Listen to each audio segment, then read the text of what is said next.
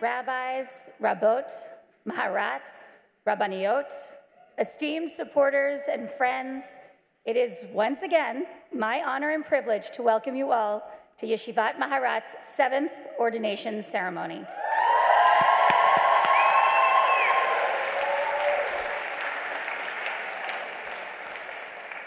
For those of you who do not know me, my name is Abigail Tambor, and I am the chair of the board of Maharat and a longtime MC of our graduation ceremony. In my sincere dedication to paring down the speaking at this event to the minimum possible, I agreed to take on the chair, thereby ensuring that my words at graduation would serve a twofold purpose, cutting down the speeches by one. You're welcome. In all seriousness, my purpose here tonight is simple. I am not here to provide words of Torah. Those will come in abundance from others way more qualified than I. I am not here to charge our graduates, for whom we are all so proud, for that will be the job of my colleague and friend, Zelda Stern.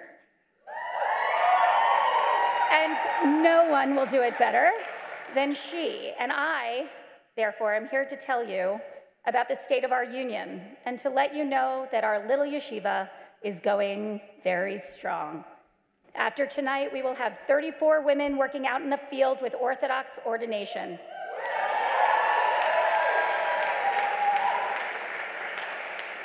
They are teachers, pastoral leaders, chaplains, and entrepreneurs.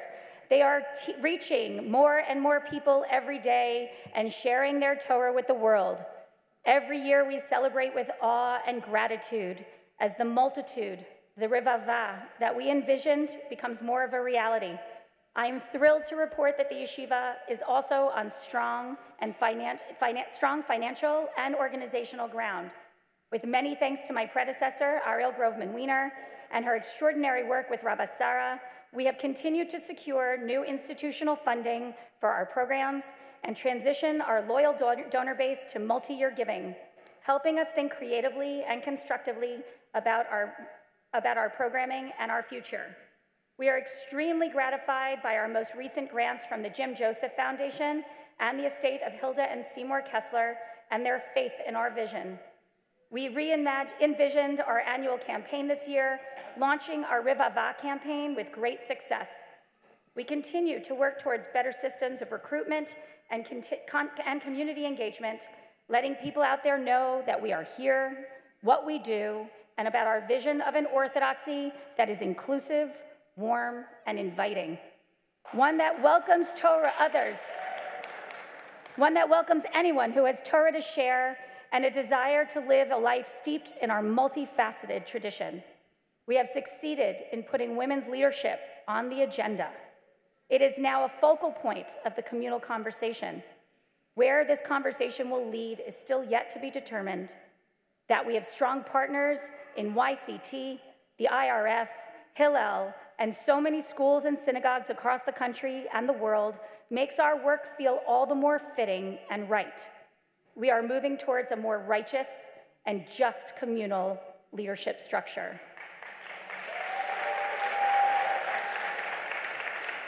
I also want to take this opportunity to wish a hearty mazel tov to the latest group of Musmakhim from YCT, our newest partners and longtime friends who just received their ordination last week. Mazel tov.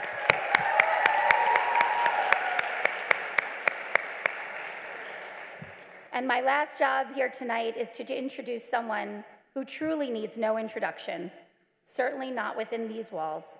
Please join me in welcoming Rabbi Sarah Hurwitz, my Rabba, my partner, my friend, and tireless and fearless leader.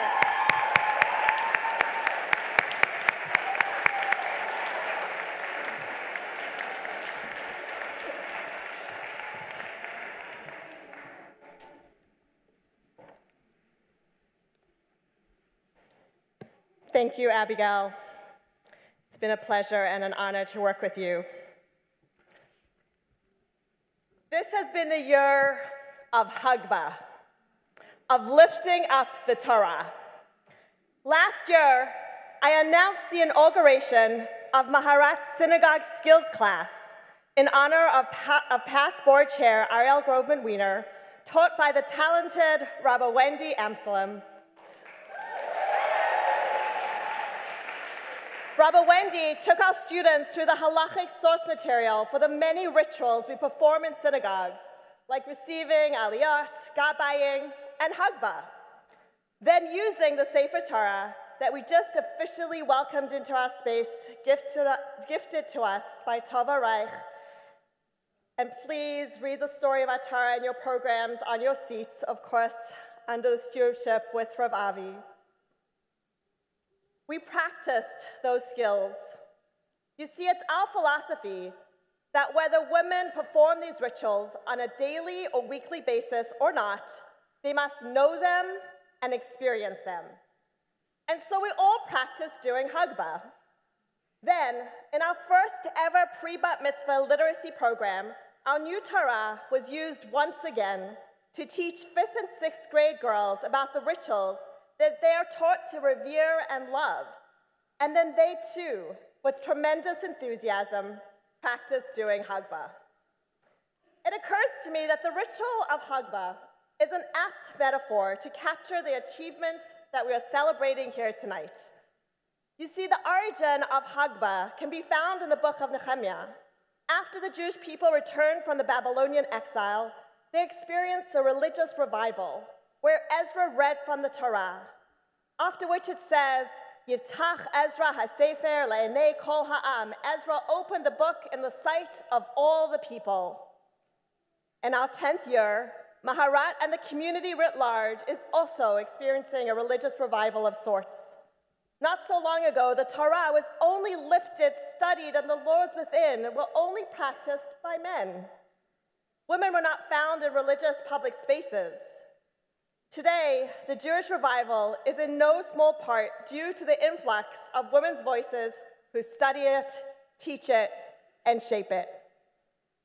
About the ritual of Hagba, Masechet Sofrim states that the Torah should be raised and shown in all directions. That it's a mitzvah for all the men and the women to see the writing. I look out into our community, and I'm so proud of the Torah that our 26 graduates are bringing to everyone, to men and to women, to Nashima and Nashim alike, in synagogues, in schools, in hospitals, and Jewish organizations. You are teaching a Torah that is lofty, grounded in excellence, and accessible to all people. And now, 8 more graduates are going into the world to share their Torah, your Torah. Rebecca, Jenna, Shani, Marianne, Tali, Devorah, Aliza, and Miriam. Your Torah is filled with depth, demands excellence, and is filled with light. The world needs you, and I'm so grateful the Torah that is inside of you will now be shared with the many Talmidim that you inspire every day. I also look out and see our emerging scholars, graduating high school students Gabrielle Buch and Unique Krebs and Clara Sandler, who was selected from a group of 24 excellent applicants.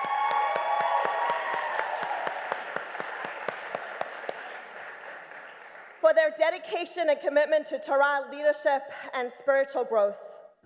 We are proud that Maharat can lift up your Torah and support your continued growth as scholars and leaders. And I look out and I'm so grateful for the Torah of my incredible faculty, led by Rosh HaYeshiva, Rabbi Jeff Fox, the wisdom of my administrative team, led by Amanda, and the support of our board, the courage of Rabbi Sperber, and the Torah of Rav Avi that permeates everything, and to you, Rav Hefter, for bringing the Torah of Israel to our Kollel students. Thank you all for being here. And this year, our Beit Midrash has been lifted even higher with the compassionate and brilliant one-of-a-kind Torah of our new dean, of Rabbanit Devorah Zlatschauer.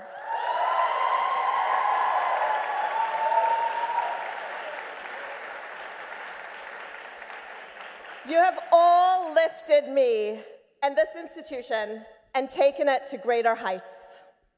And tonight, we give honor to one more person who has lifted Maharat up to tremendous heights. The Gemara in Megillah cites Rav Yeshua ben Levi, who says that after the Torah reading, the most distinguished member of the community is called up to receive the dual honor of Hagba and Galila. Zelda.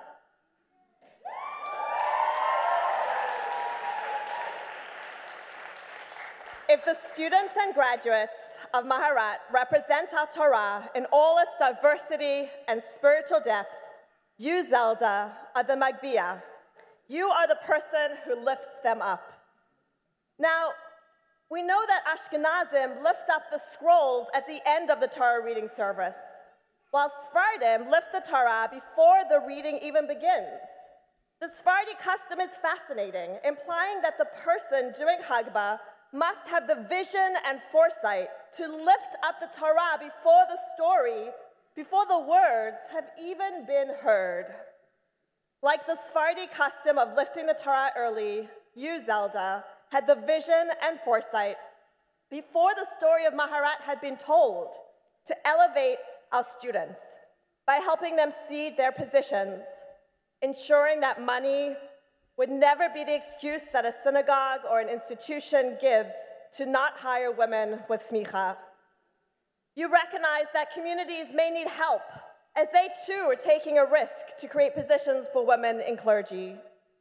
You, Zelda, understood that in order for the world to see the treasures, the gift that these women all had, you needed to elevate them and put their talents on display.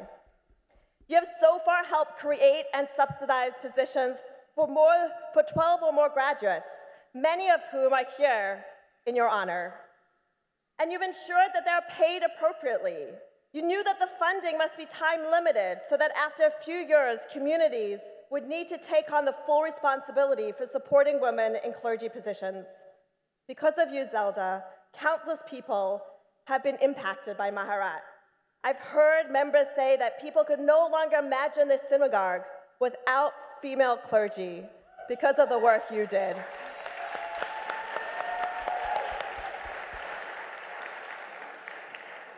But you didn't just lift these women up. You have nurtured them, mentored them, visited their communities.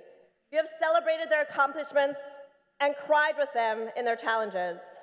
Just one of many examples, upon learning that Rabbanit Dasi would be opening the South Philadelphia Shtibel,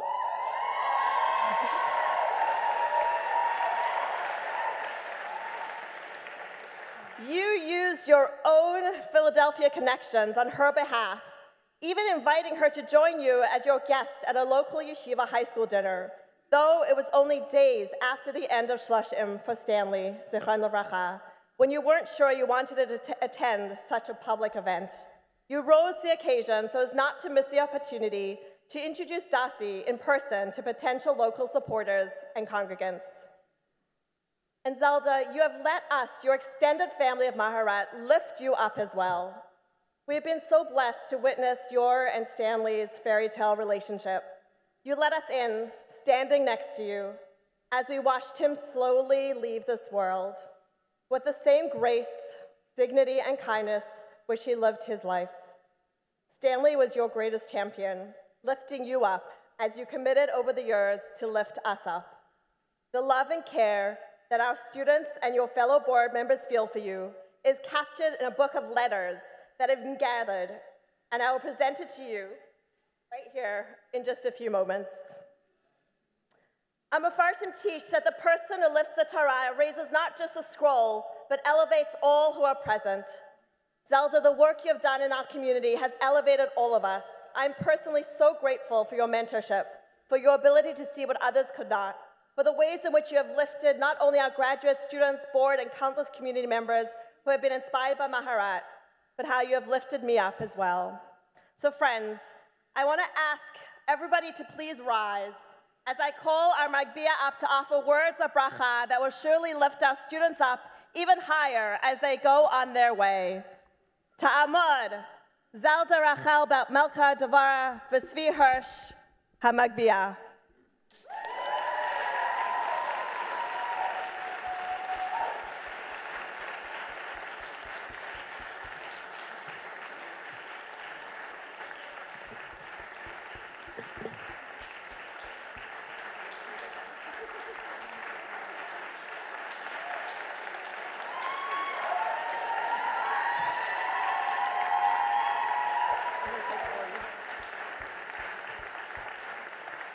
I'm going to read my own. Thank you, Rabba Sarah. Thank you.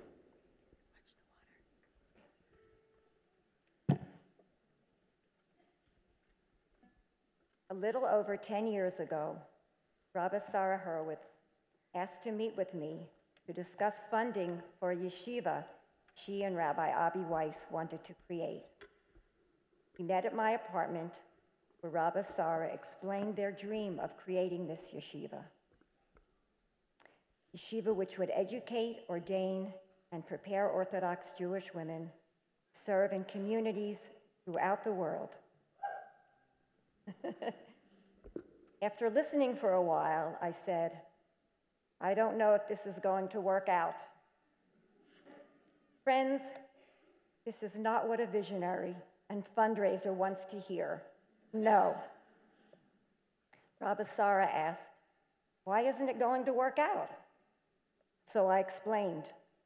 For many years, I had seen Orthodox Jewish women serving in rabbinical positions, especially in shuls. They were given designations such as congregational intern or community scholar, and they were true pioneers and trailblazers. They taught classes, gave sermons, counseled, and answered halachic questions. But there was no way for them to advance. There was no career path. These women were hired, often without their shuls and communities having been sufficiently prepared for their arrival and their work, so I give great credit to the rabbis who hired them. Their job descriptions were often ill-defined. Their salaries were poor. They lacked a cohort of peers to share experiences and Torah, to nurture each other, to lend support. They had no female mentors. Funding was insufficient. They were lonely, sometimes feeling as if they had been thrown into the lion's den. They had no rabbinical credentials, no recognized title, no smicha. They were hired but not supported. They were often dependent on one person for their position and their salary. Over 15 years ago, I began what I called the Parsonage Project, where over a period of 8 months, I interviewed Orthodox women in leadership positions to determine if they were receiving a parsonage allowance, an important economic benefit which involves deductions for housing expenses. The interviews with these women turned into meetings of distress and dismay as woman after woman told me of her feelings of pessimism and often despair about numerous aspects of her job, not only of her inability to claim a parsonage allowance. One woman not in a shul setting was a highly talented leader of a Jewish organization who was serving in a rabbinical role. Her predecessor performed the same work as she, was a male rabbi, and he had been claiming a parsonage allowance. Because this woman did not have a title and her organization would not vouch for her, she could not claim the parsonage allowance, and she needed and deserved this financial benefit. Soon after, she left the organization and the Jewish communal world entirely, disheartened and disillusioned. And this is what I saw again and again with Orthodox Jewish women in leadership positions. Woman after woman left their shuls, their organizations, the schools in which they were teaching. And we, all of us, were losing out on their scholarship, talents, compassion, wisdom, inspiration, and leadership skills. This just about crushed my soul. So I carried this painful history with me when Rabba Sarah asked me to be her funding partner for the yeshiva she and Rabbi Avi wanted to create. I shared with her what I had been seeing and living through for too many years. I said, if your yeshiva doesn't work out, that's it for the next generation. For why would any woman want to be a rabbi when all she has to do is look back and see that nothing worked out? Rabba Sarah, ever the optimist, responded, but it is going to work out. So I gave some money, but to be honest, not that much. Because I was skeptical, and I was beginning to despair of ever seeing an Orthodox woman be able to answer her calling, to grow, thrive, flourish, advance, and succeed, and be well financially compensated. I held my breath for a few years. And now, here we are, 10 years later. To students, alumni, and the 8 women receiving Semikha now, you are working in and impacting dozens of Jewish organizations, such as JCRCs, JCCs, and Hillels. You teach in day schools, afternoon Hebrew schools, yeshiva high schools, universities, in yeshivot, and in adult education settings. You work in hospitals, nursing homes, group homes, prisons, shuls. You are developing your own communities in the United States and abroad. You serve on the VAD in various cities, and you are members of the International Rabbinic Fellowship. And one day you will serve, along with men, on Batei Din. To you, the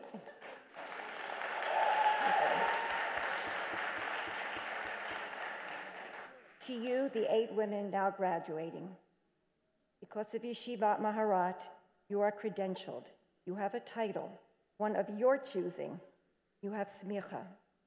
Now you have career choices and career paths and opportunities for advancement that those who came before you did not have. And you have each other. You are no longer alone in your journey. You support and nurture each other. You share Torah and you problem solve. You help each other craft sermons. You give input on teaching a particular topic or give suggestions on how to best work with the parents of a sick child. You cheer each other on. One colleague's success makes all of you happy. One colleague's difficulty concerns all of you. And you have us, faculty, administration, board members. You are now backed by a robust and growing institution that will be there for you long after you graduate. You are including and embracing heretofore forgotten or underserved populations, the LGBTQ community, people of color, new and changing families, those struggling with mental illness, physical disabilities, substance abuse. You collaborate with the other Jewish denominations and with people of other faiths. Dear graduates, The road you are traveling is still fraught with obstacles. I do not naively think otherwise. You will continue to meet those who will try to subvert what you are doing, tell you women cannot be rabbis, and, well, you know the rest. But keep moving forward. Keep doing what you are doing. The world is benefiting mightily from the spectacular talents you bring all of us. I have a philosophy about no, yes, and maybe. When I want to do something and someone tells me yes, it's yes.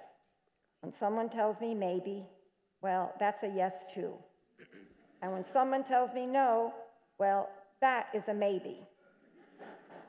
Don't take no for an answer, ever. Make it a maybe.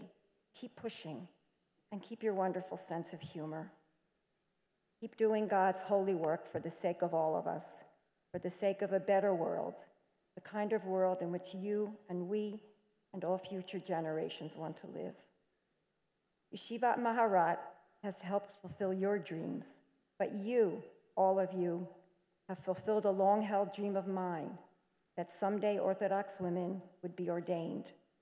I did not know if I would live to see that day, but I did, and you made this happen.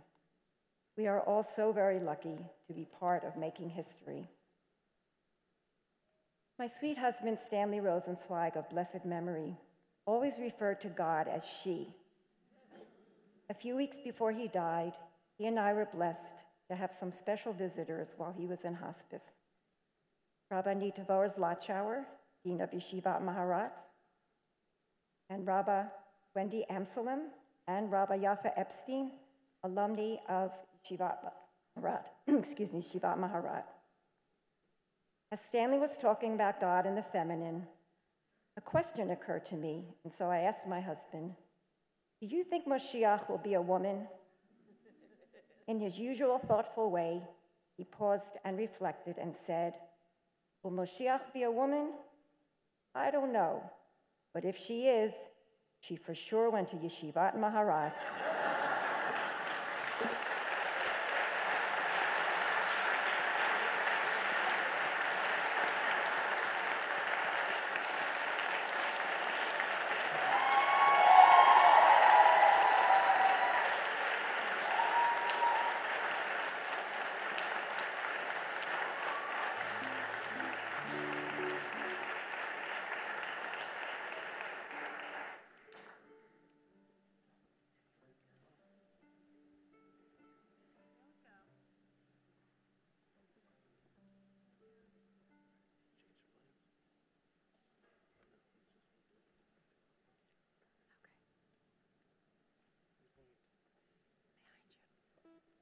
Blady, please rise.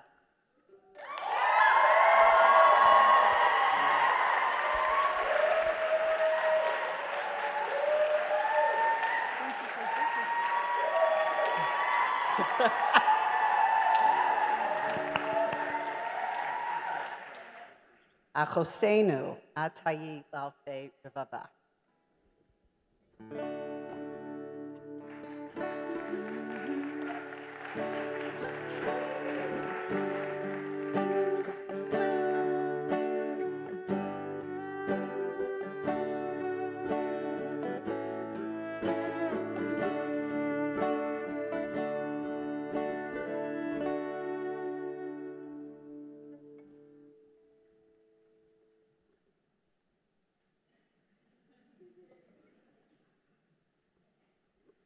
Blady has been found worthy to be a spiritual leader, to teach the Jewish people, and to decide matters of Jewish law with the degree of Toreh v'Isur v'Heter.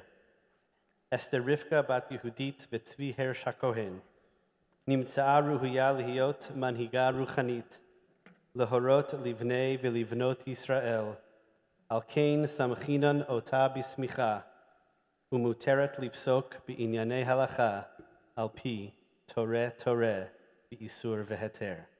Mazel.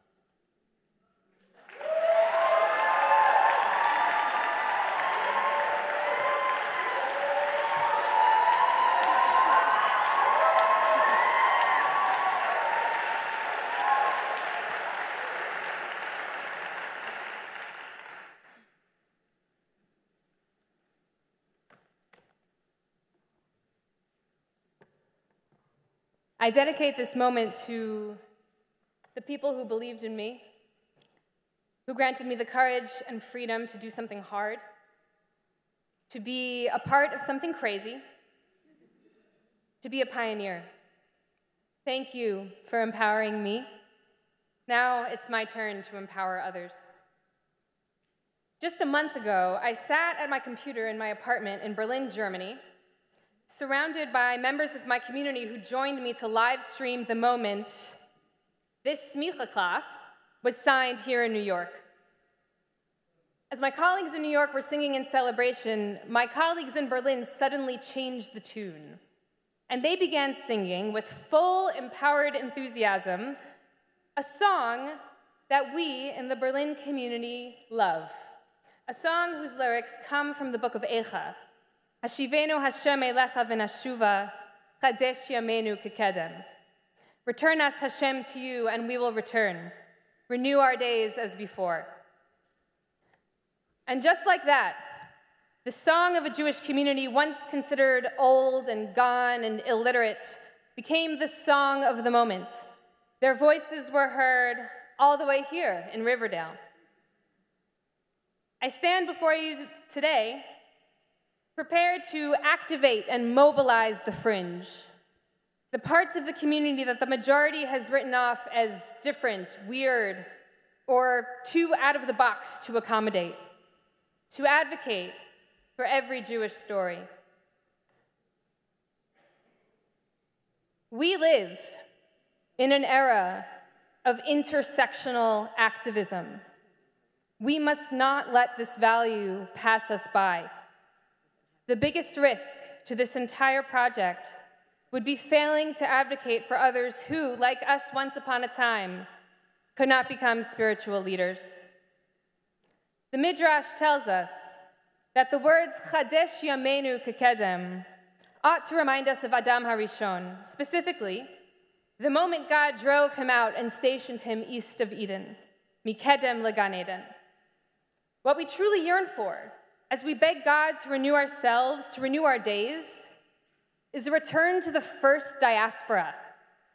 Contained within our call for renewal is a nostalgia for the fringe itself. Maya Bernstein, my teacher here at Maharat, taught us the words of Amos Oz. We do not exist simply to preserve traditions or wonders of nature, memories of childhood or sacred objects, lest our lives become ossified. The world is not a museum, nor is nature. Culture is also not a museum.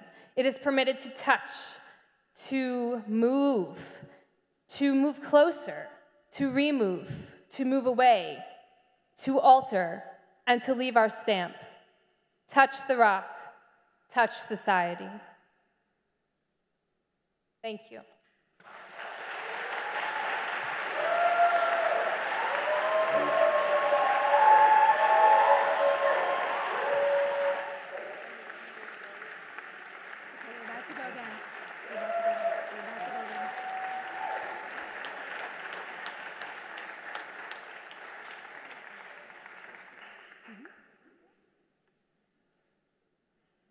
Jenna Englender, please rise. Achotenu atayi lealfei revava.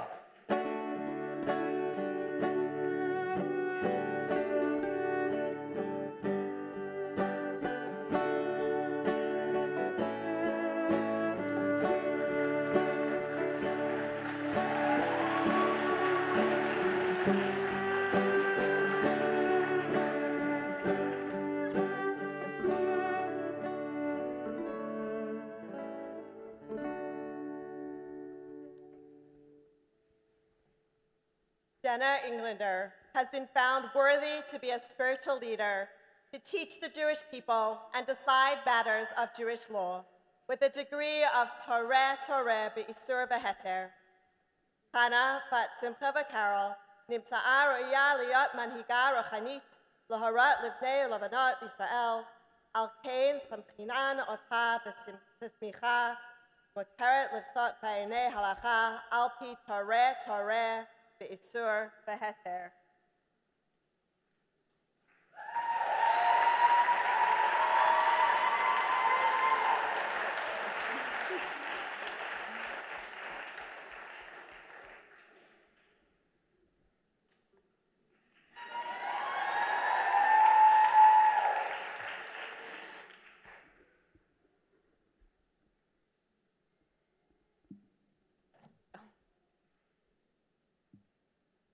In Masechet Shabbat 89a, we are presented with a scene in which the Satan is looking for the Torah. After searching the entire earth, God finally tells him to speak with Moshe Rabbeinu. Moshe, says the Satan, where is the Torah that God gave to you? Moshe responds with a puzzling question. V'ki ma'ani shenatan li hakadosh baruch hu Torah. Who am I that God would give me the Torah? The same Moshe who witnessed God putting the final touches on the Torah is now saying he wasn't worthy to receive it. It is a doubt that has come into my own head many times in the course of my learning. The Torah is a special combination of overwhelming and magical, and has one constantly asking, how have I merited to be here, sitting in front of this text, part of this millennia-long conversation? How could I possibly have something valuable to contribute? The commentaries frame Satan as the Yetzer Hara, the evil inclination. His goal is to work his way into our hearts to make us doubt that the Torah is really ours. In our story in Masechet Shabbat, God fights back against this self-doubt. Moshe, he says, Badayata? Are you a liar? You just finished carrying the tablets down the side of Mount Sinai. I gave you the Torah. I put it in your arms. What are you saying it is not yours? Moshe stands in the presence of God and responds, Rabbanit Olam, Master of the universe, you have a hidden treasure in which you delight every day. Should I take this goodness for myself? Moshe reveals a depth of understanding of the nature of Torah that goes beyond even what God could have expected. The Torah, says Moshe, is not contained in a set of stone tablets. It is a living treasure, one that changes on a daily basis, like a child who laughs and plays and grows. The Satan has not found the Torah because he does not understand what he is looking for. Receiving Torah does not happen in one moment. It is a lifetime of work. To believe it belongs to you is to misunderstand it. It requires fierce love, intellectual curiosity, patience, and most of all, a wonder at the miracle of seeing it in your arms for the briefest of moments before you release it into the world to challenge and delight others.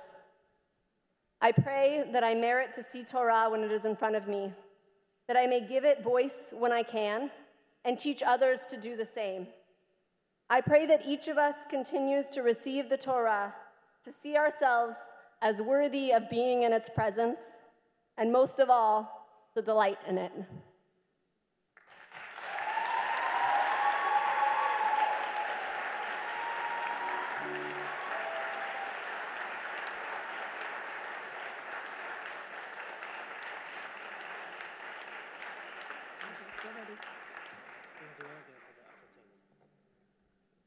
Shani growth. Please rise. Achotenu atayi le'alpei revava.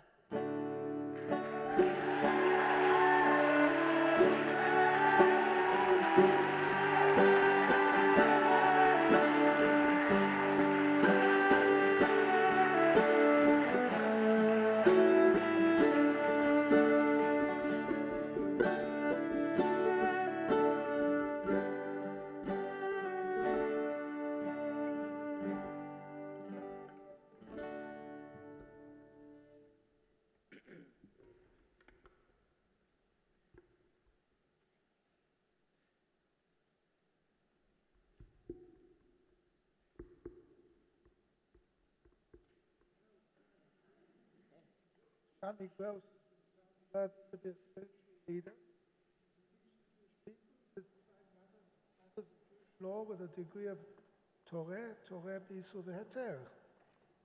Shoshana Ora Patronit v'Yaakov Moshe נמצאה ראויה להיות מנהיגה רוחנית, להורות לבני ולבנות ישראל, על כן סמכינן אותה בסמיכה, ומותרת לפסוק בענייני הלכה על פי תורה בإיסור והיתר.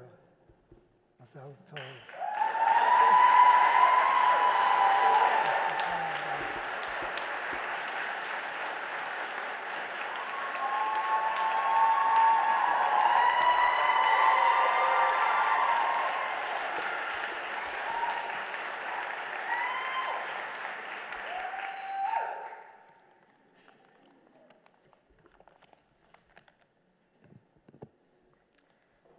In Sefer Bereshit, Abraham charges his servant to find a wife for his son Yitzchak.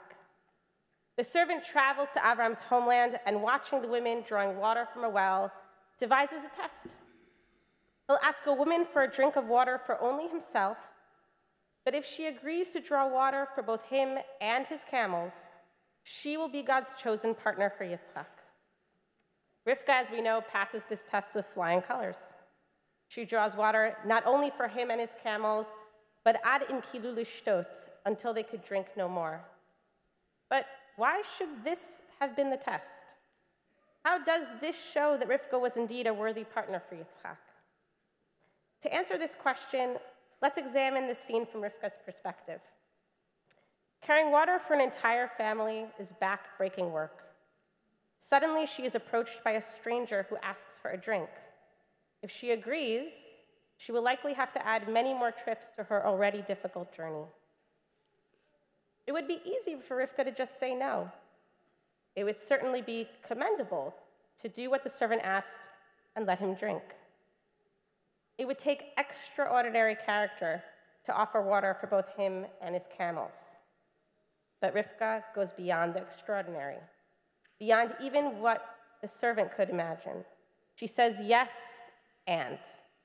Yes, I will draw water for both you and your camels, and I will keep drawing water until everyone has had his fill. If this is the attitude Rivka uses with a stranger, imagine how she will approach her partner Yitzchak and the type of home they might build together. Rivka Imenu invites us to ask ourselves, what might happen if we try to approach every encounter from a place of yes and? If we allow ourselves to imagine beyond the imaginable? Today's Semikha ceremony offers but one example of that type of vision. Yes, women can study and teach Torah, and they can be rabbis, and not just rabbis. They can be great rabbis, trailblazers who bring new perspectives, new sensitivities, and new skills to this most proud and honored Jewish institution. Rivka Imenu and my outstanding Rabbi, teachers, and fellow Musmakhot at Yeshivat Maharat stand for the proposition that only by imagining the impossible can we hope to discover the possible. Now, as I begin my journey as a rabbi, I hope to embrace Rivka's wisdom and that of my teachers before me to build a world where together we dare to dream of the next yes and turn the impossible into the possible.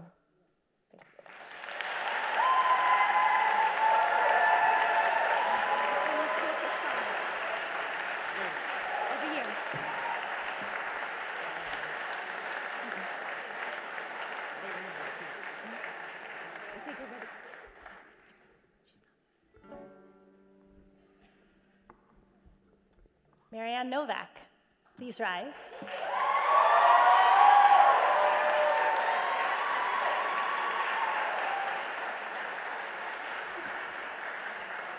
Achotenu atayi la'alfei revava.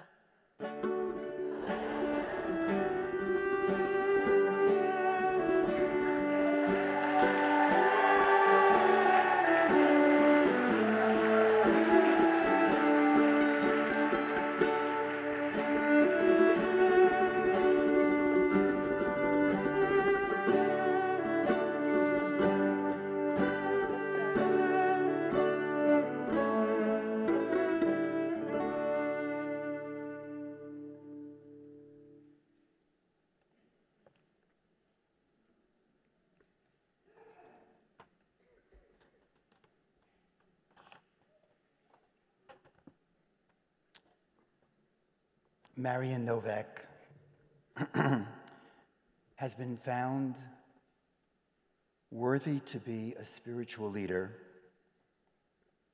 to teach the Jewish people and decide matters of Jewish law with a degree of Torah, Ve'isu vehete. Rina bat Harav David Miriam Yehudit Novak Nimtza'a Ru'uya Lihiyot Manhiga Ruchanit Lahorot Livnei V'Livnot Yisrael Alken Samchinan Ota Bismicha Umuteret Livsok Binyanei Halacha Al pi Toreh, Isu vehete. Mazal tov. My great honor. God be with you, Marianne. Let's come forward.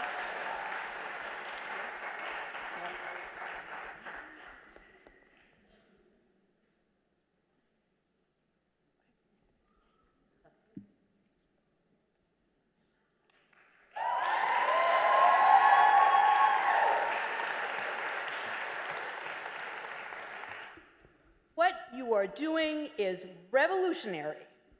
You are so lucky to be creating something new for the Jewish people. These were some of the comments I received when I began my studies at yeshiva. While I was very happy for the support, I was a little uncomfortable with the idea of being a revolutionary, as revolution implied turning an established entity on its head and possibly destroying a structure of the Jewish community. In the Babylonian Talmud, Tractate Megillah, page 31b, the Gemara relates a piece of wisdom that echoes my worries. Tanya Rabbi Shimon ben Elazar Omer, it is taught in a Breita. Rabbi Shimon ben Elazar said, if elders tell you to demolish something and children tell you to build, you should demolish and not build, because the destruction of the elders is really construction, building up, and the buildings of the youth are really destruction. Rabbi Shimon ben Elazar is warning us that real change must come from a place of wisdom, experience, and tradition. And if it doesn't, even with the best design and intentions, it is destined to fail. My touchstones for wisdom, knowledge, and experience are my father's, Rabbi David Novak's, books. I use them for research. The footnotes alone are pure gold. And to get a holistic theological approach to halakha and Jewish tradition. In 1984, at the beginning of my senior year of high school, my father asked me to help him to assist him in creating the index for his fifth book, Halakha and a Theological Dimension. Together, we manually wrote down all the entries while camped out on the basement ping pong table in our home in Bayswater, Far Rockaway. This very book contains, ironically, a chapter entitled Women in the Rabbanit, with a question mark. This section was written during a tumultuous time in the conservative movement, when my father and his fellow traditionalists, with their understanding of an authentic halakhic process, voted against women's ordination. Additionally, my father was somewhat alarmed by the feminism at that time, which seemed to embody a nihilistic tone that not only didn't want to work from within the halakhic system, but also seemed to want to destroy traditional Judaism altogether. But at the end of his chapter, my father quite presciently suggests that if women who desire to become rabbis, quote, choose the harder road of learning and reverence, Torah v'yirah, then I, for one, am willing to say that this traditionalist is willing to become their student. Through this yeshiva, we were and are doing the work, the Torah v'yirah, that is l'shem shamayim, for the sake of heaven. That is not to say, however, that many times my work hasn't been very challenging, especially when coming up against those who felt threatened by all women simply teaching Torah. And during those times of exasperation, it was so tempting to completely burn the house down and start over. But when so many want to destroy Torah from without, we can't be complicit in that project, no matter how good and seemingly pure our motives might be, as Rabbi Shimon ben Elazar warned. We must resist the urge to completely destroy.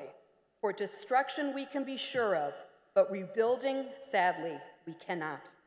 We, my incredible cohort and I, have created and continue to create new palaces of Torah with the building blocks of our wise foremothers and forefathers, including my father, who, true to his word and incredible foresight, is here tonight, to learn from our Torah.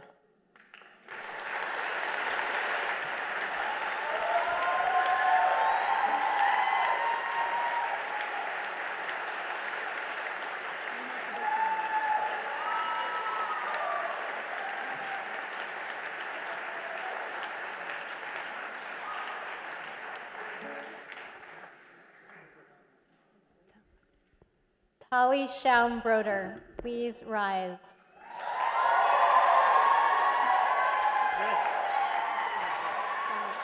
Achotenu, atayi le'alfei revava.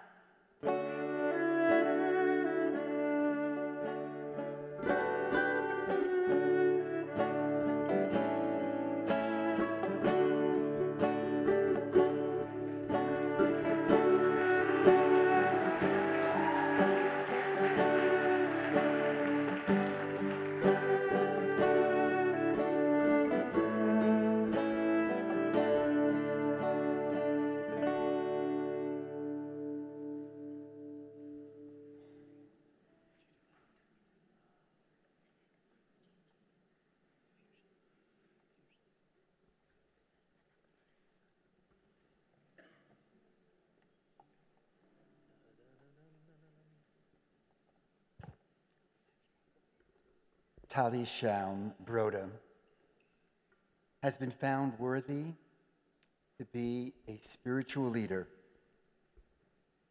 to teach the Jewish people and decide matters of Jewish law with the degree of Torah, the Isur Veheter. Avital, Te'era, Leah, Bat Harav Moshe Yisrael, Verena Rizal, Nimtza'a Ru'uya Lihiyot, Manhiga Ruchanit, Lahorot, Livnei V'Livnot Yisrael, Alken, Samchinan Ota B'Smicha, Umuteret Livsok, V'Inyanei Halacha, Al Pi Torah, the Isur Veheter.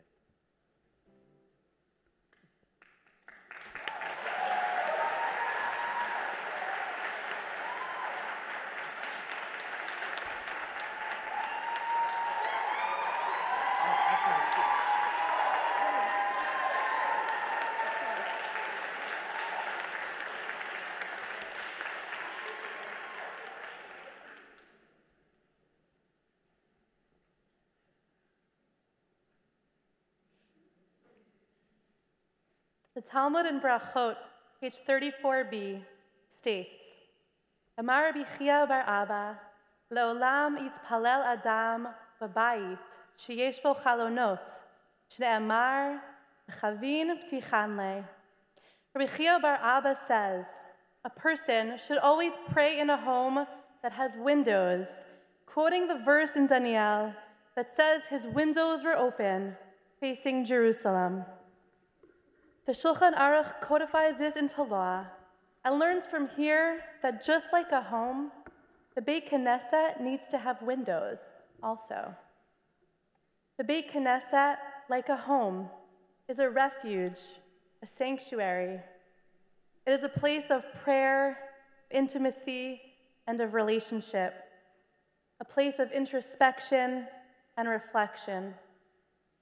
And yet, we are told that in our most intimate spaces, we are to look out, to see the sky and be reminded of God's miraculous world and all that is contained therein, to look out and to see the other, those who are on the outside, and to bring them in, to look out and see a vision of Jerusalem, to dream of what the world can look like, and to yearn for its redemption.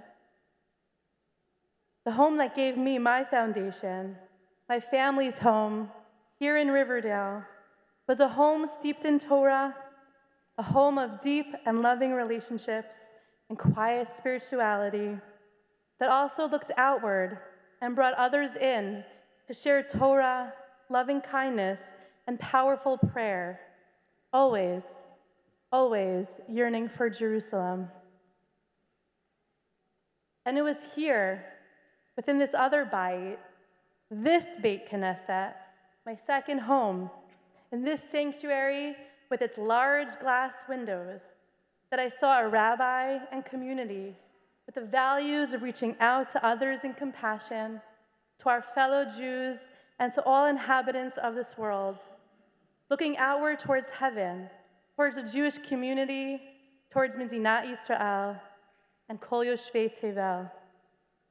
In this Beit Knesset, the question, am I my brother's keeper, was answered with a resounding yes. On a more personal level, these very windows have witnessed my growth from a toddler singing in the sukkah to a 6-year-old benching hagomel after falling from a ledge outside, to becoming a bat mitzvah, my first public Dvar Torah, to leaving on Aliyah, and now to becoming a rabbinic intern and receiving my smicha. The Torah of my Bayit and this Bayit has become part of me. The Torah of yearning, of compassion, of deep spirituality, of rootedness, of a holistic Yiddishkeit. And so it feels fitting that it is in this space that I am charged with bringing this Torah outward. It says in the Gemara in Musmakhot that the windows for the Beit HaMikdash, the ultimate Bayit, were constructed to be narrow within and broad without. Rashi comments that it was designed as such in order to take the holiness and light from within and to radiate it klapei chutz, outwards. May Hashem give me and all of us the strength and the wisdom to spread the light of Torah from within us out into the world. Thank you.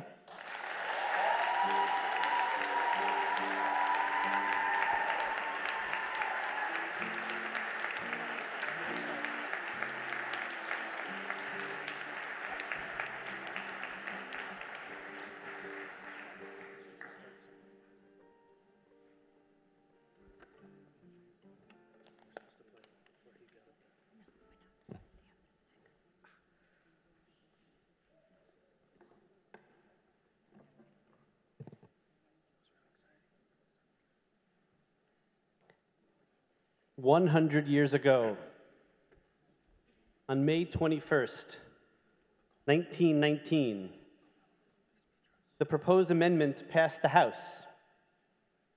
And on June 4th, just 3 weeks later, the Senate voted in support. Several months later, in August of 1920, the Tennessee legislature ratified the 19th Amendment, prohibiting the states and the federal government from denying the right to vote based on sex.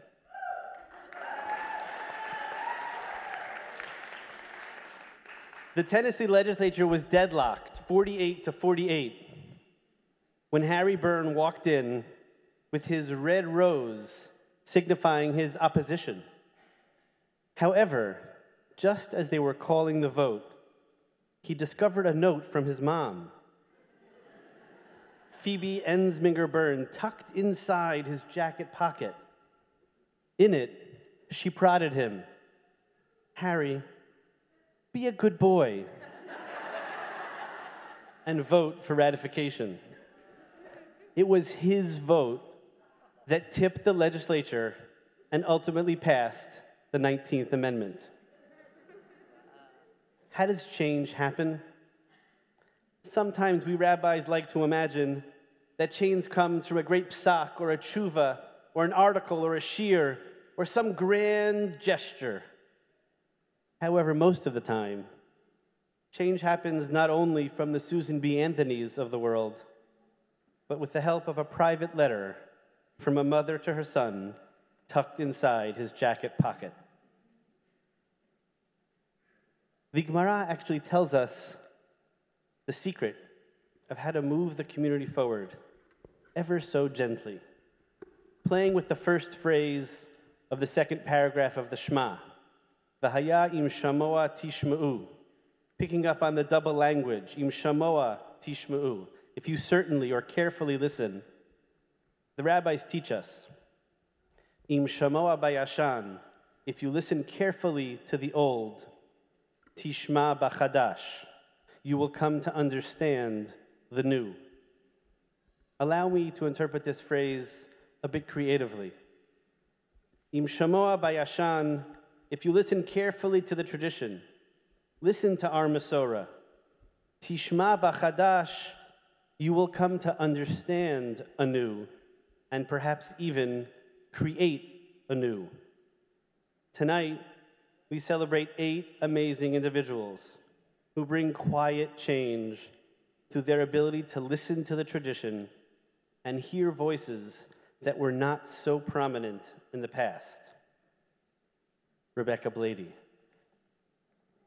Blady, your neshama brings people together and grounds the Torah of your family by connecting you horizontally to the people in the room and vertically to the presence of Kadosh Baruch Hu.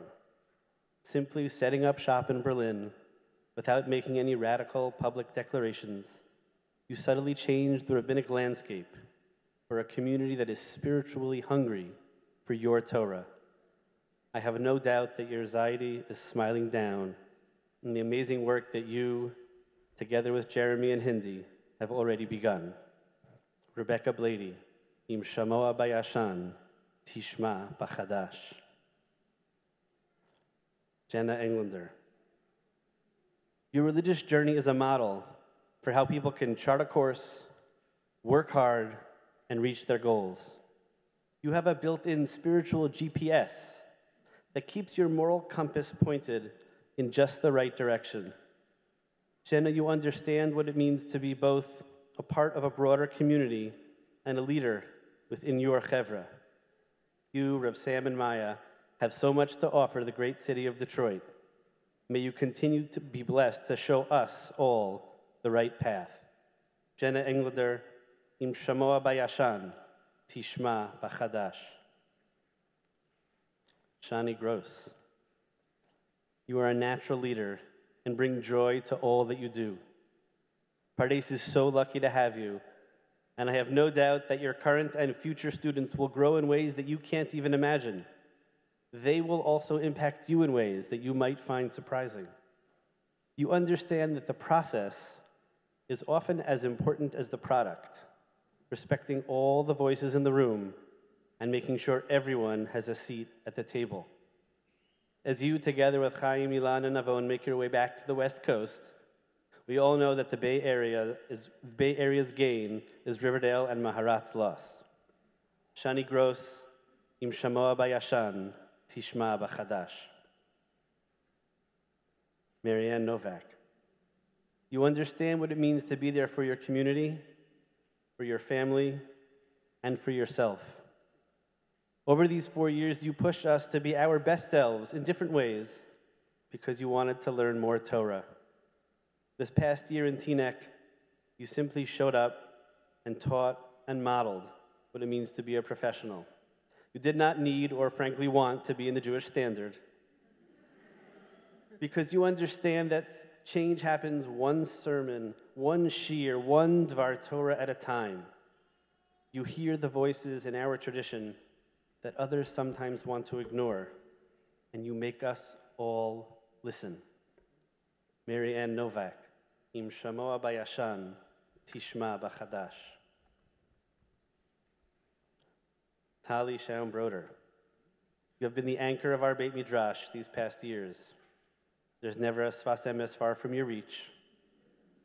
You have the unique ability to be present for people in the hospital, in quiet conversations, and in great shiurim. Never demanding for yourself, but always advocating for others who might be in need.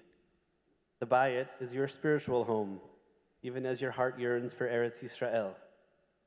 There is no doubt that the patients in the hospital will benefit from your quiet ability to bring life to our Masorah, even in the darkest of times.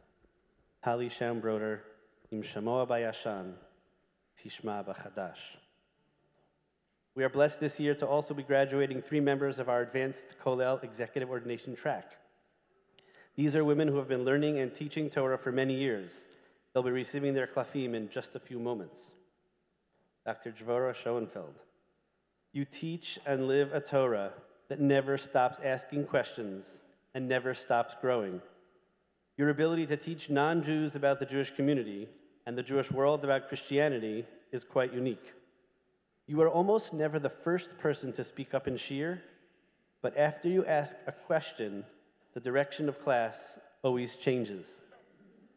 You do everything with careful, thought-out intention, especially the way you have built your family, an inspiration to us all. Your students at Loyola and in the Chicago Jewish community are fortunate to have such a grounded and gifted teacher. You tease out the voices in our tradition that have been silenced for many years. Dr. Devorah Schoenfeld, Im Shamoa B'Chadash, Tishma B'Yashan. Aliza Sperling, you are a natural educator and an inspirational parent. You mine the text of our tradition to answer new questions that have never even been asked before.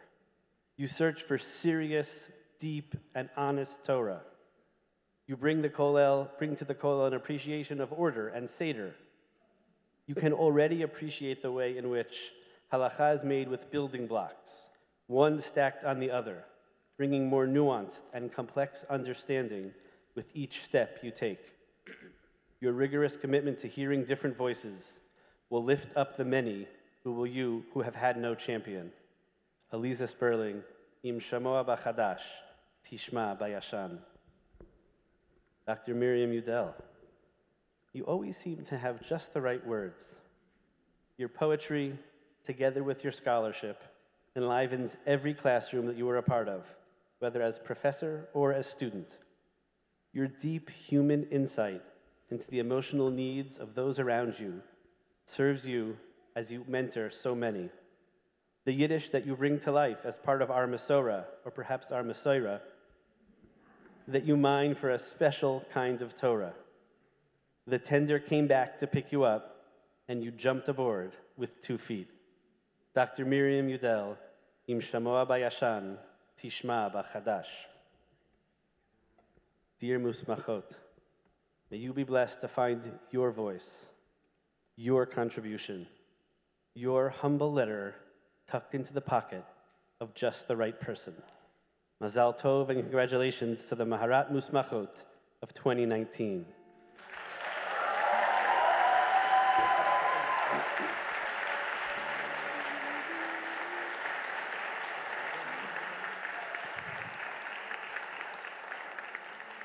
I now call up Rabbi Herzl Hefter, who teaches the Kollel, to move us through the final 3 Musmakhot.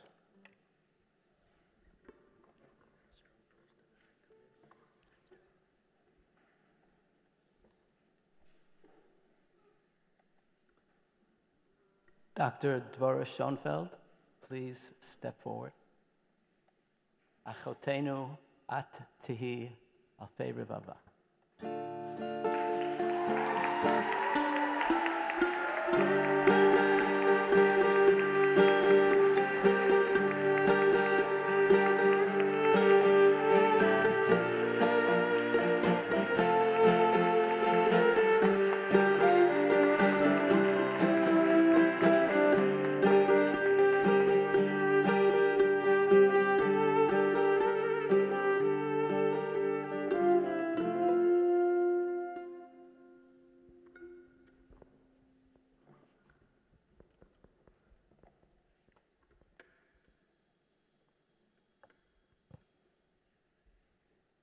Dr. Devorah Schoenfeld has been found worthy to be a spiritual leader, to teach the Jewish people and decide matters of Jewish law with the degree of Torah v'Isur v'Heter.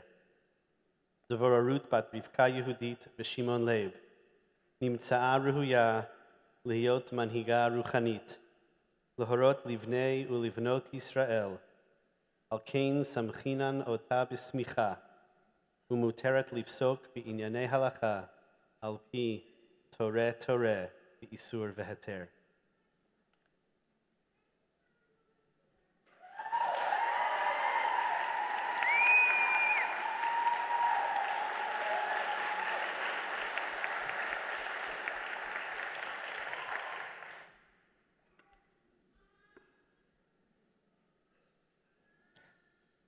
When I was 10 years old, while studying for the Chidon Tanakh, I read Sefer Bamidbar for the first time, and then over and over and over and over.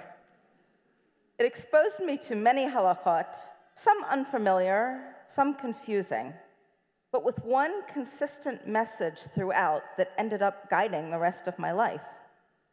God cares what we do. We learn to serve God through the details of practices embodied in our lives.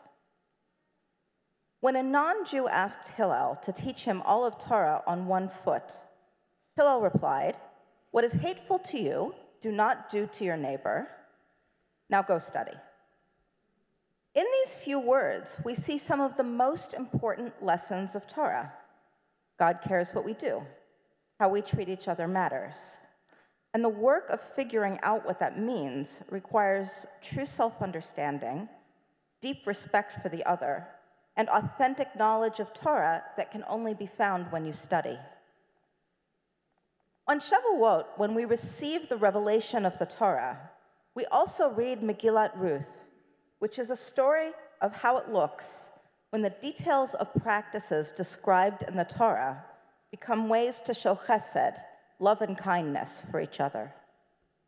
Ruth, as a migrant foreigner, is welcomed kindly to glean in Boaz's fields, fulfilling mitzvot from Vayikra and from Devarim.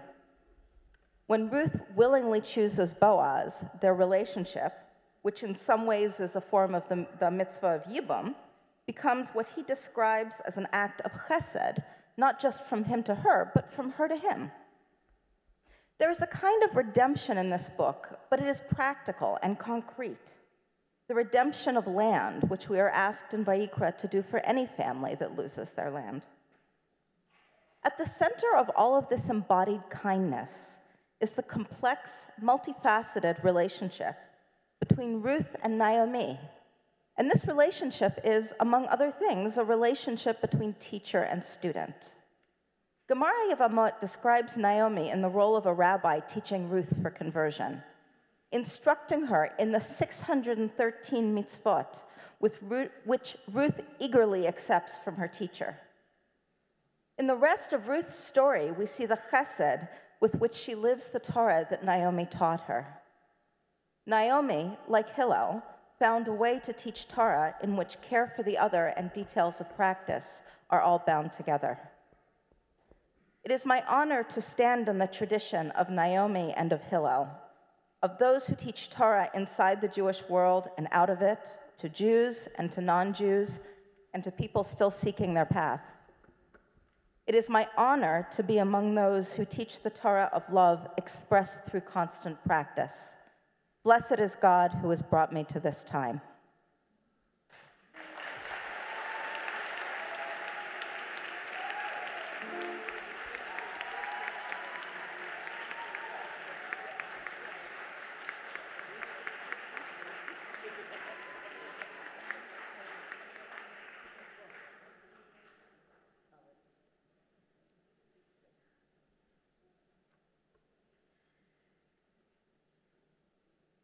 Aliza, Sperling, please rise.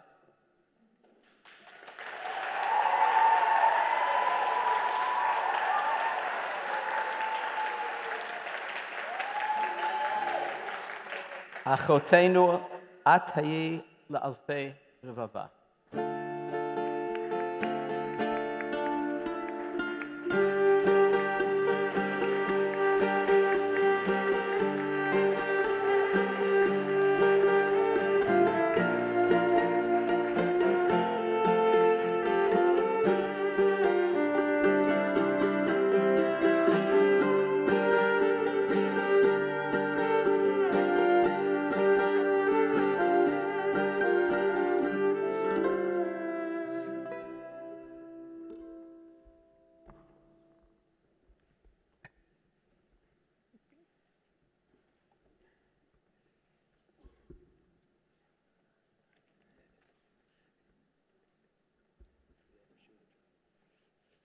Aliza Sperling has been found worthy to be a spiritual leader, to teach the Jewish people and decide matters of Jewish law with a degree of Torah, B'Isur v'Heter. עליזה יהודית, בת משה זליג ומלכה אסתר, נמצאה ראויה להיות מנהיגה רוחנית להורות לבני ולבנות ישראל, על כן סמכינן אותה בסמיכה, ומותרת לפסוק בענייני הלכה על פי תורה באיסור והיתר. מזל טוב.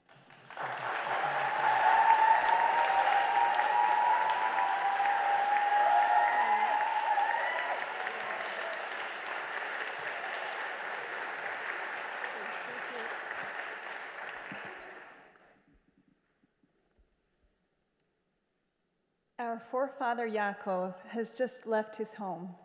He is alone and afraid. As the day grows darker, he sets up camp for the night, falls asleep, and has a dream. He sees a ladder with its base in the ground and its top ascending to the heavens. And behold, there are angels of God ascending and descending the ladder. And there is God before him, offering him a message of protection. The Gemara in Chulin 91b explains what the angels are doing. Olim umistaklim b'dukano shel mala, v'yordim umistaklim b'dukano shel mata.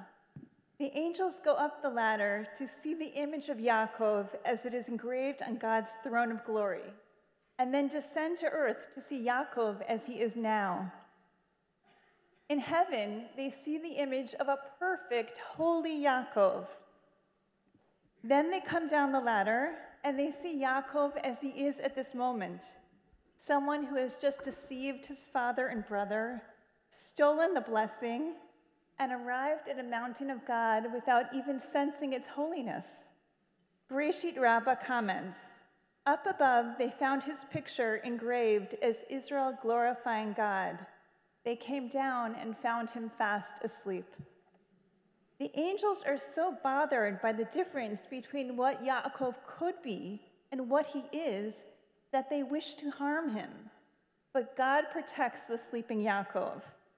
As Rav Hirsch comments, God says, you are angels. You only see what is in front of you.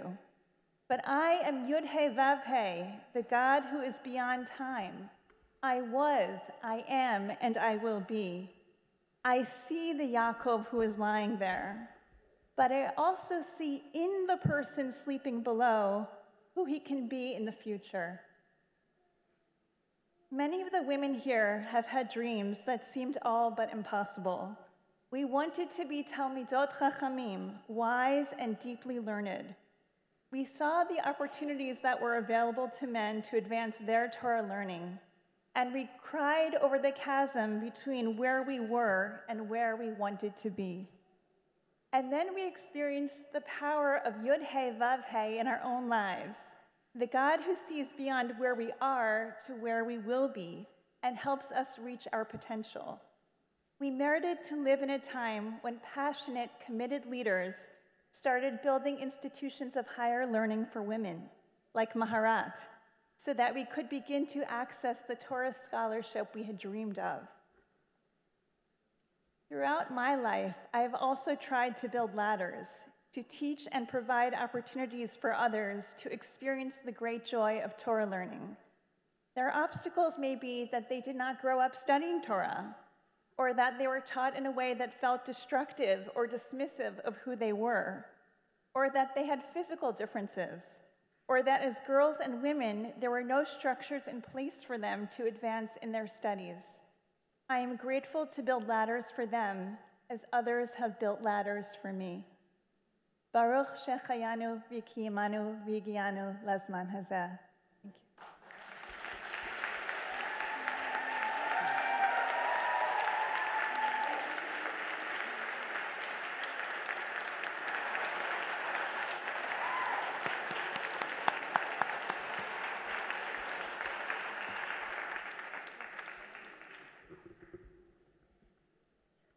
Dr. Miriam Udel, please rise.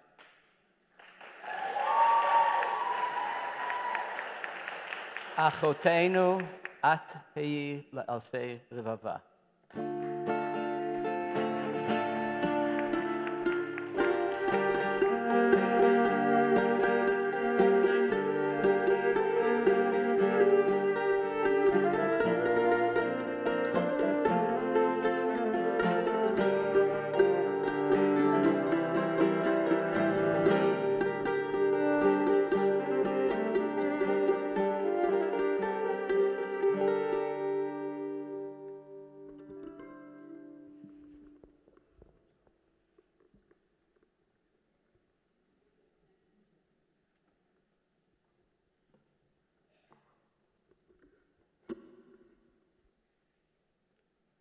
Dr. Miriam Udel, has been found worthy to be a spiritual leader, to teach the Jewish people and decide matters of Jewish law with a degree of Torah, Be'isur v'heter.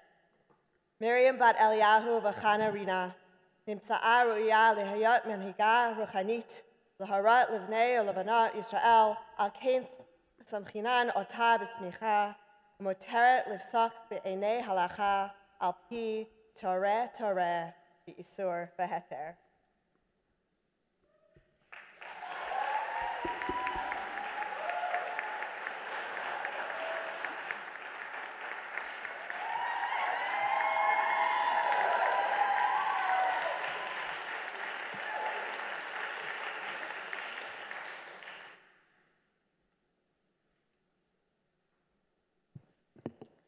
Knetsch back und stell Farb.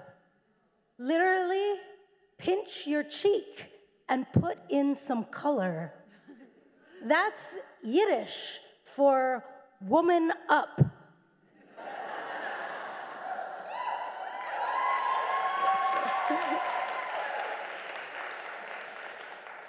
In the Midrash on Parshat Behalotecha, the sages insist that Moshe is flummoxed by God's instructions for crafting the menorah, even though the Holy One uses the demonstrative word zeh, which the rabbis read as pointing at a picture, like some supernal Google image.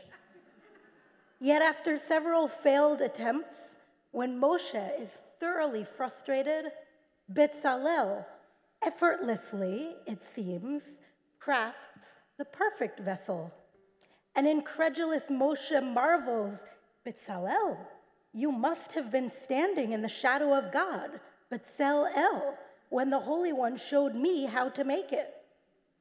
I imagine Moshe's timahon, his surprise, signaling a sense of encouragement at what was possible, of audacious hope. While God has been whispering in my ear, pointing visions I still don't understand quite how to fulfill, you, the women of Maharat, have stood in the divine shadow, intuiting the rest. We have each played the Betzalel to our sisters in learning. It is wondrous to witness our complementary strengths and capacities, to see the divine will carried out by fallible people in an imperfect world through our collaboration. Whether for quandaries, halachic, pastoral, or interpretive, somebody in our sacred and beloved community steps forth to discern and execute the zeh of the Holy Word, and to pinch a cheek, to knetsch back und stell Farb. Now, Yiddish is parsimonious with personal pronouns, and it presumes that unless otherwise specified, we keep our hands to ourselves. So the proverbial cheek we're being told to pinch is our own. But that isn't spelled out, and the absence of pronouns opens up an interpretive loophole, and you know what we do with those around here. Namely, that sometimes the cheek in need of pinching may belong to another.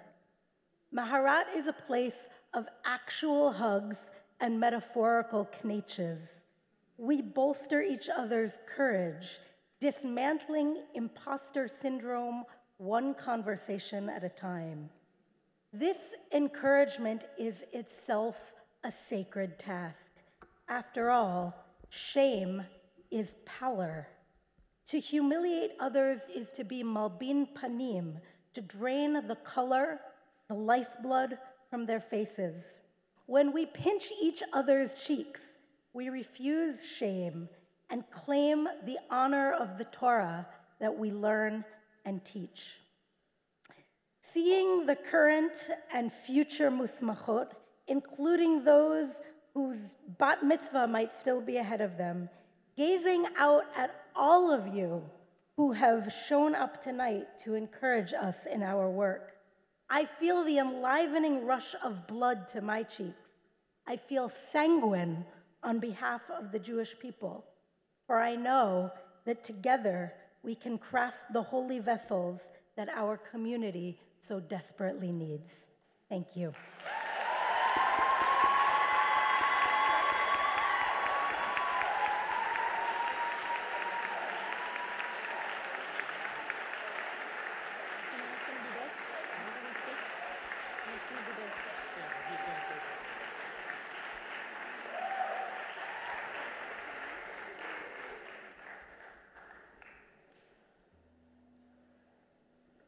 ברשות הרבנים והרבניות, I'm consistently not on the list of the speakers. And consistently, I insist that I speak.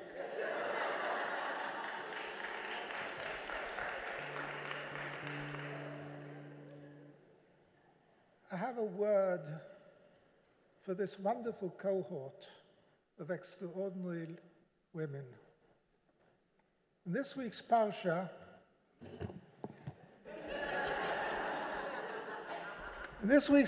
we hear about the inauguration of the Levi'im, and there's a verse that says something peculiar. It says that Netunim, Netunim, dedicated, dedicated, twice. And the Mefarshim explain it, that there are two levels of dedication. There's a dedication to your status, which means really to yourself, and there's a dedication la'am, to your community. You two have two levels of dedication. You have a dedication to your status, which means that you have to continue. You've only begun the journey of learning, of deepening your understanding of Torah and Halakha, and your understanding of human relationships. And you have another area of dedication, which is to the community in which you are, and to the larger community, which is the community of Am Yisrael, because you are a formative part of a formative element which is changing the nature of the relationship between Jewish leadership and the Jewish community. There are two things that you should not fear. Lo taguru mipnei ish. If you feel that you're right, that you have the correct direction, the correct answer, fear no one. Avi Weiss said it. You're not necessarily going to be popular. You have to be correct. And the other thing is never fear to say you don't know the answer. You need time to reflect. You need time to consult others. If you keep these things in mind, you will be a blessing to Am Yisrael. Shalom v'chol tov.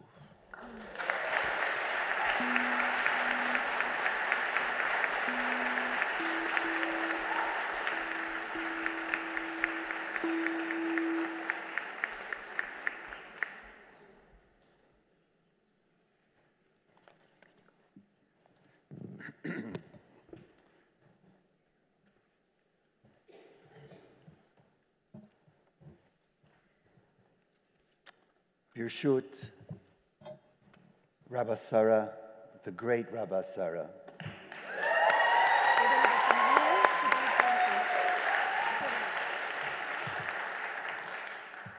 Rosh Yeshiva of Yeshivat Maharat, Rabbi Jeffrey Fox,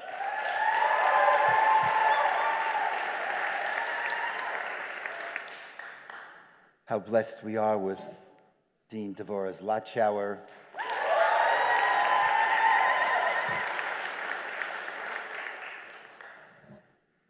Yididi, Rav Daniel, Rav Herzl. I want to note the presence of my Rebbe Chaver, the Rosh Yeshiva of Yeshivat Chovevei Torah. Rabbi Dov Linzer is here.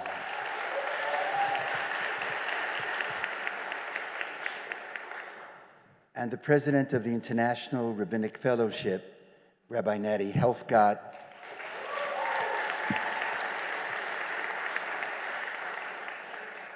And my rabbi, the rabbi of the Bayit, the Morah Da'atra, Rabbi Stephen Exler.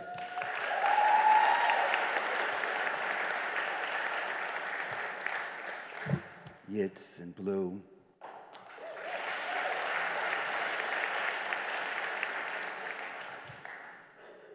Everyone.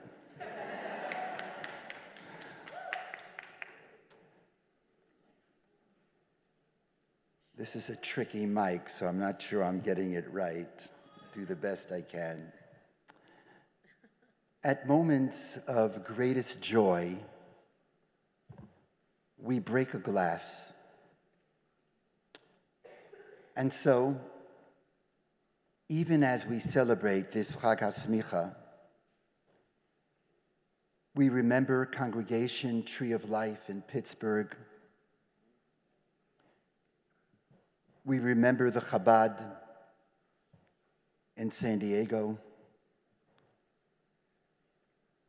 We remember Ari Fold, Zichrono Livracha, who did not go down fighting, but went up al Kiddush Hashem.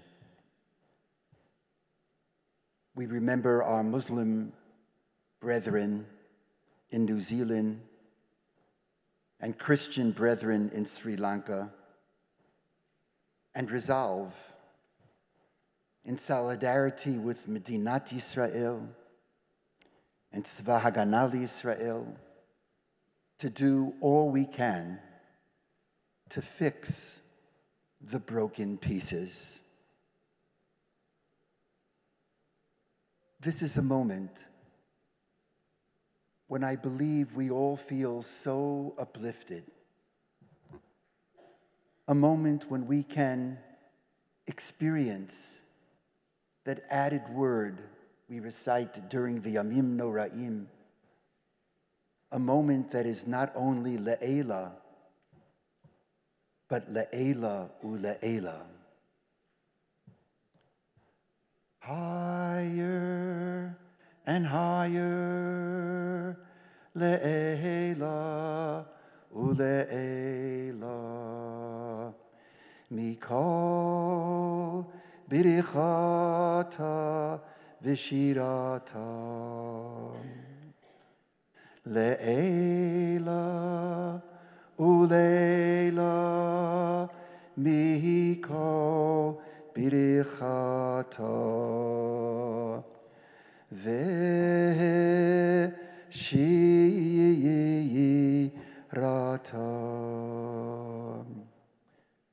This is our 7th Chag HaSmicha. 7 is Shabbat, the holiest of times. On this evening, it feels as if we've been transported above time. And 7 is the 7 species, the Shivat Haminim of our homeland, the land of Israel, the holiest of places. On this evening, it feels as if this space, the walls of this sanctuary, are singing. And when these two sanctities of time and place mesh, their light has no end. It continues on and on, higher and higher, le'ela u'le'ela. Let no one think that this transcendent spiritual light is easy to reach. With Maharat's success has come great and painful pushback that I feel in a very deep way. And so to each of our courageous Musmakhot, women who this evening have been ordained, have received Semikha, and become rabbis, we say, thank you. Not a perfunctory thank you, but todah from the word modah, an admission we could not have done it without you. For inspiring this dreamlike moment, I declare, we all declare, thank you, thank you, thank you.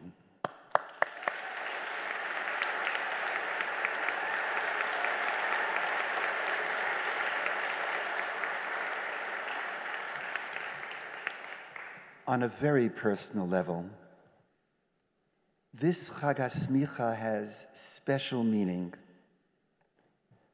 This evening, my sister Tova, who was one of my great inspirations, and her husband, Dr. Walter Reich, and my brother Mordechai, Rav Mordechai, and his wife Debbie, dedicated my Abba's Sefer Torah to Yeshivat Maharat. My father was raised in Oshvenchen, the city that became Auschwitz. And he purchased the Torah from a Polish Gentile woman when he visited Poland in the late 50s. The Torah had been buried underground. The Torah is unusual, as it is made up of 3 sections which come from 3 different Sifrei Torah patched together. Each section was the only kosher part of the original Torah. In a word, my father's Torah saved 3 Torahs, giving them new life. In no small measure, this is what the Rabbanit is all about. It's about being there for our people. It's about women who have become rabbis, who will be there not only for women, but be there for men as well, for all of Am Yisrael, for Kol Yoshvei Tevel, especially the most vulnerable, those in distress and need, those who need uplifting, who need help in turning their fate into a new destiny. And the Torah, like all Torahs, is written, as the rabbis say, Eish Shachor al Gabe Eish Lavan, black fire on white fire. The black fire are the letters of the Torah, representing its unlimited cognitive aspects. The white fire, the white fire, the white fire are the spaces between the letters, representing its soul, its neshama. Black fire without white fire is like body without soul. Rebecca, Jenna, Shoshana, Marianne, Tali, Devorah, Aliza, and Miriam, from the depths of my heart I tell you, with great emotion, you are the living Torah. Each of you is a Talmidah Chachama. You are blessed with great Torah knowledge. And in the spirit of Yeshivat Maharat, your Chachma is expansive as it is coupled with the white fire of deep, empathetic soul, caring and being there for others. I know this on a personal level. I would argue, and I believe that every person in this space knows this on a personal level, because every time anyone has learned with you or interacted with you, they, he or she, I feel uplifted and blessed. Can you hear the melody? Can you hear the song? The walls are singing. And the walls are singing not confined to time, but in the spirit of Imitatio Dei, the walls are singing above time. Milev elev, from heart to heart, I ask that everyone rise as together we offer the bracha that as you become rabbis, while always being open and remaining humble as you are, and seeking help from others when necessary, I bless you. Do it your way. Yeshivat Maharat is not about controlling our Musmakhot, but empowering our Musmakhot. Do it your way. Reach beyond your grasp. Le'ela u'le'ela. Higher and higher. And go out there. Go out there. Go out throughout North America, Medinat Israel, and the entire world. Go out there. It's your time. It's your time. And with your God-given strength, go out there and impact Am Yisrael and change the world.